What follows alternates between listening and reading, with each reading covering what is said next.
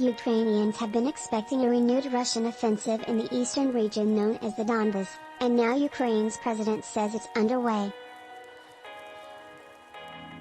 President Volodymyr Zelensky said in his evening address that Russian forces have begun their new offensive against cities in the east and south, adding that a substantial part of the Russian army is now taking part in the military operation. Today we can already say that Russian armed forces ha. But others aren't willing to be that definitive, as NPR Pentagon correspondent Tom Bowman tells Morning Edition.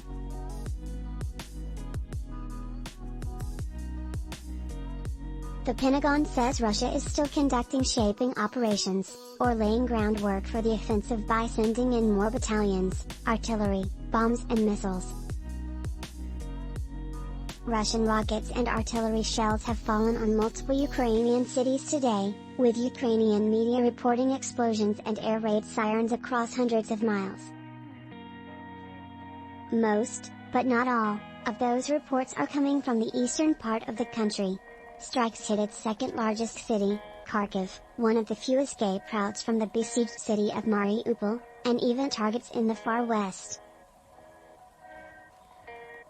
Meanwhile, a large portion of the Ukrainian army is already in place, and will soon be getting a lot more heavy weaponry from the U.S. and NATO in the form of artillery, helicopters, drones and armored vehicles.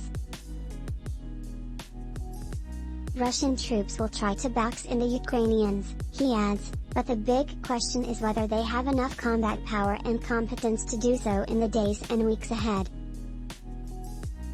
Bowman points to Mariupol, where Russian troops have sieged, bombarded and starved the city but failed to take control, as one of many examples of bungling by Russian forces and their commanders. He says the Russians have poorly trained troops, are lacking precision-guided missiles and failed.